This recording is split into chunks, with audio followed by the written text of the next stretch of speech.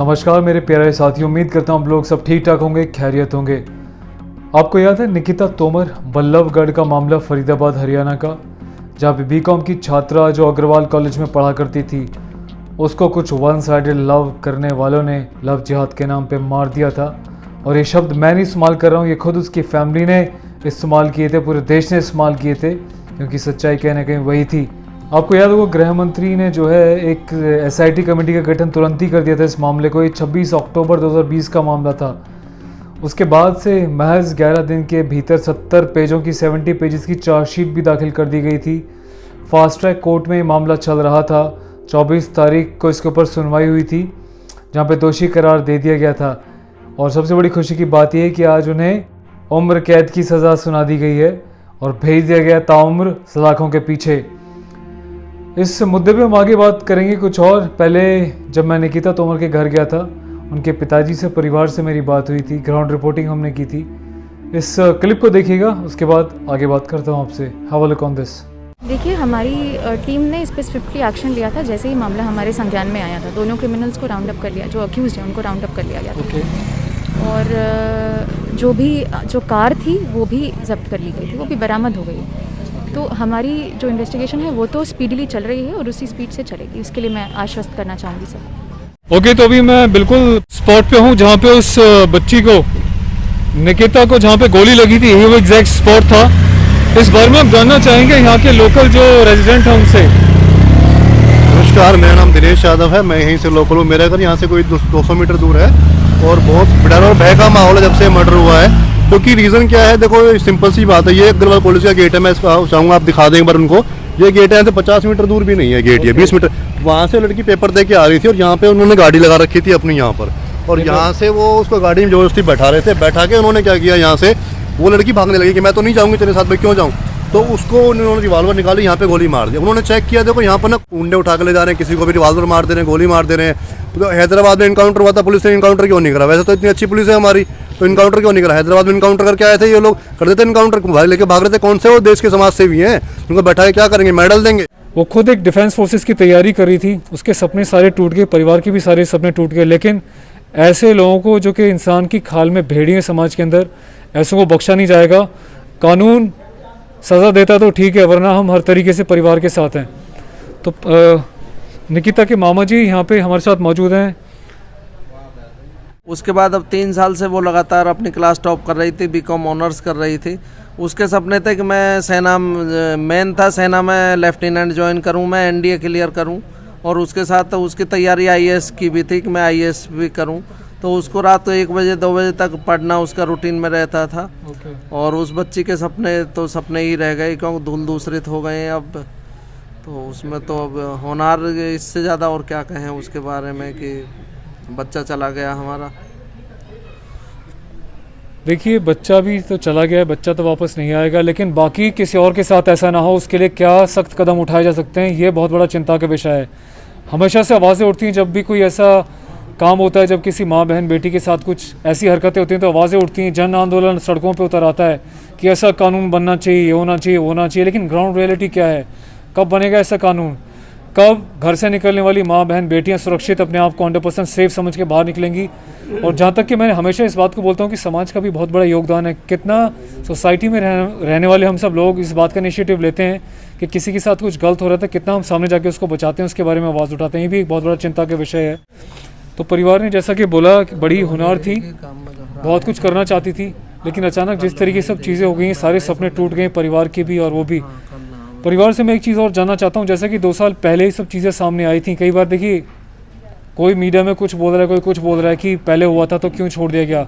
लेकिन जब परिवार के सामने बातें आती हैं, परिवार को अपने समाज के बारे में बहुत चीज़ें देखनी पड़ती हैं।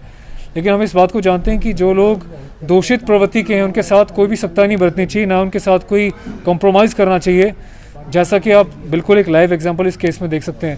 सर, 2 साल पहले ही जो बातें हुई थी, उसके बारे में थोड़ा सा प्रकाश डालना चाहेंगे। जब आपने एक्शन लिया तो पुलिस की तरफ से इस चीज़ों को रोक दिया गया था, या आपका कुछ म्यूचुअली कॉम्प्रोमाइज़ हो गया था, क्या हुआ था? सर, इस मामले में 2 साल पहले ऐसा हुआ था कि जब यह हादसा हुआ, तुरंत ही पुलिस एक्शन हुई और बिटिया को उसके घर से लेके आ गए। तो लेके आने के बाद घर पे तो उन्होंने यही बात की थी कि एक काम करो, मुस्लिम बन के शादी कर लो तुम। उसकी माँ ने भी ये वर्डिंग बोल दी थी उस बिटिया को कि तुम मुसलमान क्यों नहीं बन जाती, इससे शादी कर ले।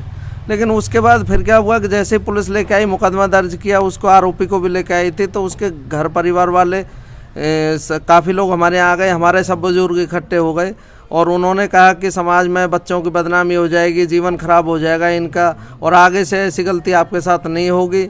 तो उन सब चीज़ों को देखते हुए हमने भी कंप्रोमाइज़ कर लिया। मैंने कहा चलो जी, आप सब कह रहे हो तो आगे से कोई हरकत ना करे तो ठीक है, कंप्रोमाइज़ कर लेते हैं। तो उस परिस्थिति को देख के कंप्रोमाइज़ कर लिया हम सब ने। ओके, पुलिस ने तो कार्रवाई करी 1 घंटे में। अच्छा, पुलिस की इसमें क्या बीच में 1 घंटे में पुलिस की इसमें जो कार्रवाई रही है, ये जो पिछले 2 साल के और अब के जो बीच में जो पीरियड रहा है, इसके बीच कुछ ऐसी फ़ोन कॉल से कुछ ऐसा और कुछ ऐसी बातें हुई जो उसने परेशान करने की कोशिश की हो बच्ची को? परेशान तो करता था ये, कभी कभार लड़की ने एक आध बार कहा था, तो हमने कहा था उसके घर वालों से बात कर लेते हैं, हम जाएंगे किसी दिन, उनको कह देंगे, तो ये बात आगे नहीं। हमें ये अंदाज़ा नहीं था कि नौबत यहाँ तक आ जाएगी कि बिटिया के साथ इस तरह का हादसा ये हो जाएगा।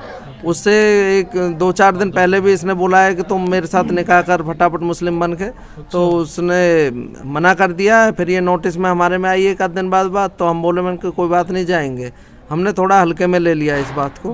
बस उसके बाद उस दिन ये कॉलेज पे पहुंचा है, तो इसने कहा कि मेरे साथ चलना है कि नहीं चलना है, तुझे शादी करनी है तेरे से।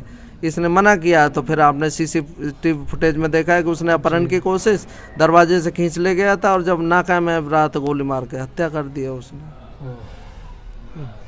समाज के लिए तो हम ये कहना चाहते हैं कि आपको अगर बेटियों को सुरक्षित रखना है, तो हर बेटी के लिए, हर घटना के लिए आप वीडियो क्लिप मत बनाइए, उस पर एक्शन लीजिए। वहाँ पे आते जाते लोग भी अगर मोटरसाइकिल सामने डाल देते, अगर उनका थोड़ा पीछा कर लेते, हथियार डाल चुके थे वो, तो तुरंत ये निकिता की जान भी बच सकती थी। वहाँ पे अगर PCR होती तो भी जान बच सकती थी। तो मेरा ये कहना है कि समाज जो मूक दर्शक आज बना हुआ है, तो आज निकिता के लिए, कल को दूसरी निकिता के लिए भी आपको बैठना पड़ेगा, तैयार रहना पड़ेगा। क्योंकि आज प्रवृत्ति ये हो गई है कि कोई भी विरोध करना नहीं चाहता, सब वीडियो क्लिप बनाएंगे या देखेंगे खड़े होकर। लेकिन इसके लिए आप लोगों को हिम्मत करके खड़ा तो होना पड़ेगा। ये कांग्रेस का पूर्व MLA का भतीजा है, मैं आपको भैया जी बता दूं। ये कांग्रेस सरकार ने या पूर्व सरकार जो रही है, उन्होंने इनको लाइसेंस दे रखे हैं क्या इस बात के? ये क्या गुंडागर्दी कर रहे हैं? या तो ये सरकार इन पे अंकुश लगाए, और अंकुश नहीं लगाते तो बहन बेटियों की रक्षा करना ये क्षत्रिय समाज और ये हिंदू समाज हजारों साल पहले से जानता है, बहुत अच्छे से। सर, उसका उद्देश्य ये है कि हमारी बहन को इंसाफ चाहिए, और इंसाफ ऐसे मिलेगा ना कि सीधा गोली, जैसे उसने हमारी बहन को दिन दहाड़े मारा था, उसको भी लाके दिन दहाड़े मार दो, सिंपल बात है बस। मुझे लगता है कि उम्र कैद ऐसे लोगों का सलूशन नहीं है, को कम से कम तो फांसी मिलनी ही चाहिए। उनके पिताजी ने भी गुहार लगाई है और कोर्ट में आगे प्रोसीडिंग डाली है फांसी की मांग के लिए। देखते हैं आगे होता क्या है। देखिए, बहन बेटी किसी की भी और किसी का सम्मान करना चाहिए, चाहे जिस मर्जी धर्म की हो, और किसी की बहन बेटी का सम्मान करना चाहिए। लेकिन समाज में जब ऐसे दरिंदे पैदा हो जाते हैं जो सिर्फ अपने बारे में सोचते हैं, दूसरे की बहन बेटी के बारे में नहीं सोचते, ऐसे लोगों का असल ठिकाना सिर्फ सलाखे ही हैं। ऐसे लोग समाज में रहने के बिल्कुल भी भागीदार नहीं है। तो दोस्तों, ख्याल रखिएगा, और अपना आप क्या कहना चाहते हैं इस विषय पे कमेंट करके अपनी टिप्पणी ज़रूर दीजिएगा, क्योंकि हर एक व्यक्ति जो इस चैनल रॉ सोजर से जुड़ा हुआ है, आपकी प्रतिक्रिया, आपके कमेंट्स बहुत मायने रखते हैं। और जब विचारों का आदान प्रदान होता है तो शायद उससे और ज़्यादा ताकत बढ़ती है। पहली बार अगर आप देख रहे हैं अपना चैनल, सब्सक्राइब करना बिल्कुल भी ना भूलें इस चैनल की ताकत को और अधिक बढ़ाने के लिए। ख्याल रखिएगा अपना। जय हिंद।